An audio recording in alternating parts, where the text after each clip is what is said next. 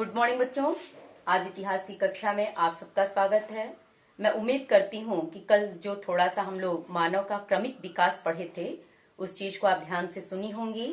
कब किस रूप में मानव आया इस चीज पे भी प्रकाश डाला गया था, थोड़ा सा ही उसको आप सुनी होंगी। तो उस पे 2-3 प्रश्न में बने हैं, उसको मैं लिखूंगी। आज दोनों आपको दे दूंगी और एक एक शब्द के उत्तर आपके हैं, उसको आप लिख लीजिएगा। और आज पुनः हम लोग पढ़ेंगे आदि मानव के इतिहास की जानकारी, कि आदि मानव के इतिहास की जानकारी हमें कैसे मिली। तो देखिए, आदि मानव के इतिहास को जानने के लिए जो हमें आदिकालीन प्रारंभिक मानवों के जीवाश्म थे, उनके द्वारा बनाए गए पत्थरों के औजार थे और गुफाओं में जो चित्रकारी की गई थी, उन चित्रकारियों के आधार पर आदि मानव के इतिहास की जानकारी हम अर्जित करते हैं। लेकिन जो पत्थरों के औजार मिले थे, जो रंग रोदन का कार्य गुफाओं में दिखाया गया था या गुफाओं में जो चित्रकारी की गई थी, उन चीजों को देखकर अधिकांश जो विद्वान थे वो विद्वान ये मानने से इनकार करते हैं कि ये आदिकालीन मानव के से संबंध रखने वाले हैं, क्योंकि उनका ये मानना ही नहीं था कि वो ऐसी चीजें, ऐसा रंग रोदन का कार्य कर सकते होंगे या पत्थरों से ऐसे औजार बना सकते होंगे। इसलिए उन्होंने इस चीज को मानने से इनकार किया। अब इसमें देखिए, जो आदिकालीन मानव थे उनको उनसे ये संबंध नहीं रखते हैं, मतलब जो औजार है वो उनके द्वारा नहीं बनाए गए होंगे, ये गुफाओं पे चित्रकारी उनके द्वारा नहीं की गई होगी, या ये जीवाश्म आदिकालीन मानव के नहीं हैं। इसको न मानने के पीछे भी कुछ कारण रहा। जैसे जब सर्वप्रथम 200 वर्ष पूर्व प्रारंभिक खोजें की गई थी, तो उन खोजों में जो चीजें मिली उनमें से अधिकांश विद्वानों ने खुदाई के दौरान जो भी जीवाश्म मिले होंगे, पत्थर के औजार मिले होंगे या चित्रकारियों जैसी अन्य चीजें मानव की मिली होंगी, वो आदिकालीन मानव से संबंध रखती थी। इसको मानने से वो इनकार कर रहे थे। इसका कारण क्या था कि जो विद्वान थे, जो हिचकिचा रहे थे कि ये आदिकालीन मानव से संबंध रखते हैं या नहीं रखते हैं, इसके पीछे कारण क्या रहा होगा। जो ईसाई धर्म का बाइबल था, उस बाइबल में जो ओल्ड टेस्टामेंट मतलब नियम होता है, जो उनके नियम थे बाइबल के, उसमें ये बताया गया था, उस धारणा माने उसमें एक अवधारणा ये दी गई थी कि परमेश्वर जो है वो स्वर्ग में निवास करता है और उसने ही सृष्टि की रचना की और सृष्टि में अन्य प्रजातियों के साथ साथ मानव को भी बनाया। यानी ये नहीं कि अब मानव कैसे आया। देखिए, इस चीज को कैसे बताया गया है बाइबल में। जो अवधारणा अभिव्यक्त की गई है उसमें ये बताया गया कि परमेश्वर स्वर्ग में रहता है और उसने ही सृष्टि की रचना की और सृष्टि की रचना के साथ साथ ही उसी ने मानव को बनाया। इसलिए जो अधिकांश विद्वान थे वो विद्वान आदिकालीन जीवाश्मों, पत्थरों के औजारों और गुफाओं के चित्रकारियों को देखकर जो खुदाई में मिले, ये मानने से इनकार कर देते हैं कि ये आदिकालीन मानव से जुड़े रहे होंगे। लेकिन जो बहुत समय, लंबे समय के बाद जब अन्य विद्वानों ने भी इस चीज पे अपने खोज शुरू किए, तो इस तथ्य का प्रमाण सामने आया कि नहीं, वास्तव में ये जीवाश्म और ये जो तरह तरह की अलग अलग प्रकार की खोपड़ियां मिली, ये आदिकालीन मानव से ही जुड़े होंगे। अब आपके मन में यह आएगा कि ये जीवाश्म क्या होता है।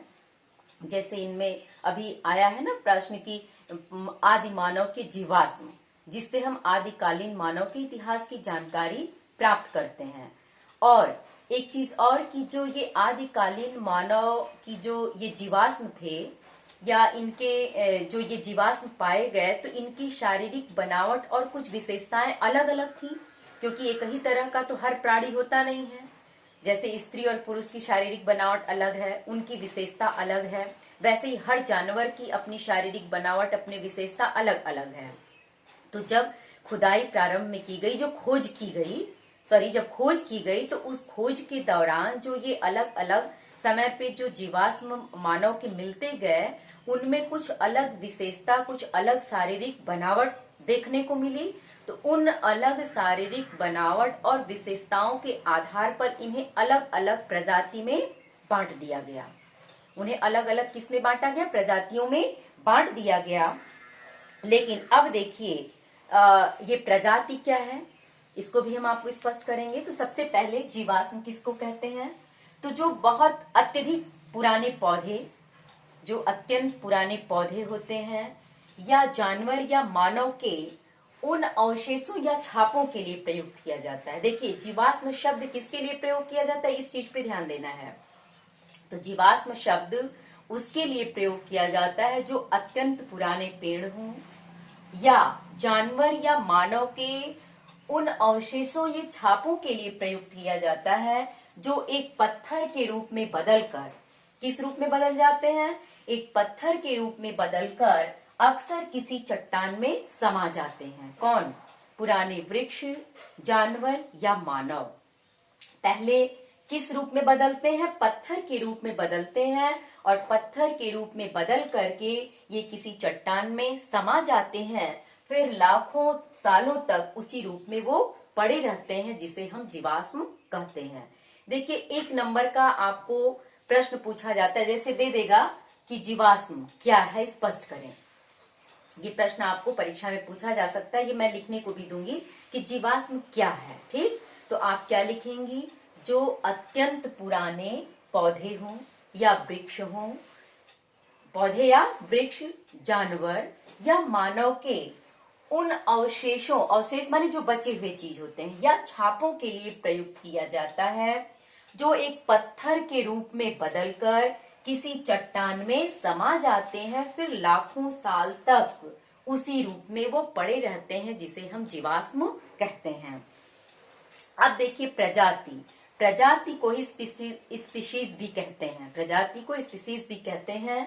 अब प्रजाति इसको क्या कहेंगे, ये जीवों का एक ऐसा समूह होता है, यानी प्रजाति या स्पीशीज ये जीवों का एक ऐसा समूह होता है जिनके नर और मादा मिलकर, यानी इनके नर और मादा मिलकर क्या करते हैं, बच्चा पैदा करते हैं और उनके बच्चे भी आगे प्रजनन करने में समर्थ होते हैं। अर्थात जो ये नर और मादा होते हैं एक विशेष प्रजाति के, तो वो अपने समान संतान को उत्पन्न करते हैं और उनकी संतान भी में भी प्रजनन करने की क्षमता होती है, वो भी अपने समान बच्चे पैदा कर सकते हैं। लेकिन एक चीज और है कि एक विशेष प्रजाति के सदस्य दूसरी प्रजाति के साथ बच्चे पैदा करने की क्षमता नहीं रखते, यानी अपनी ही प्रजाति के साथ ये संतान उत्पत्ति नर मादा मिलकर कर सकते हैं, दूसरी प्रजाति के साथ ये मिलकर के संतान उत्पन्न नहीं कर सकते। ये चीज ध्यान दीजिएगा। तो जीवाश्म किसे कहते हैं, प्रजाति या स्पीशीज क्या है, ये 2 चीजें हम ध्यान देंगे। या अगर ये कहा जाए कि आदिकालीन मानव के इतिहास की जानकारी हमें कैसे मिलती है, तो आदिकालीन मानव के इतिहास की जानकारी के लिए हमें आदिकालीन मानव के जीवाश्म, उनके द्वारा बनाए गए पत्थरों के औजार और गुफाओं पे की गई चित्रकारी के द्वारा अधिकांश विद्वान हम या जो खोजें की गई उसके द्वारा हम आदिकालीन मानव के बारे में जानकारी अर्जित करते हैं कि आदिकालीन मानव का जीवन कैसा था, उनका रहन सहन क्या था, वो अपने जीवन को कैसे व्यतीत करते थे। तो सिर्फ आज के लिए इतना ही बच्चों। तो यही 3-4 प्रश्न मैं आपको दूंगी जीवाश्म के बारे में, प्रजाति के बारे में और इनके इतिहास को जानने का माध्यम क्या था। Thank you.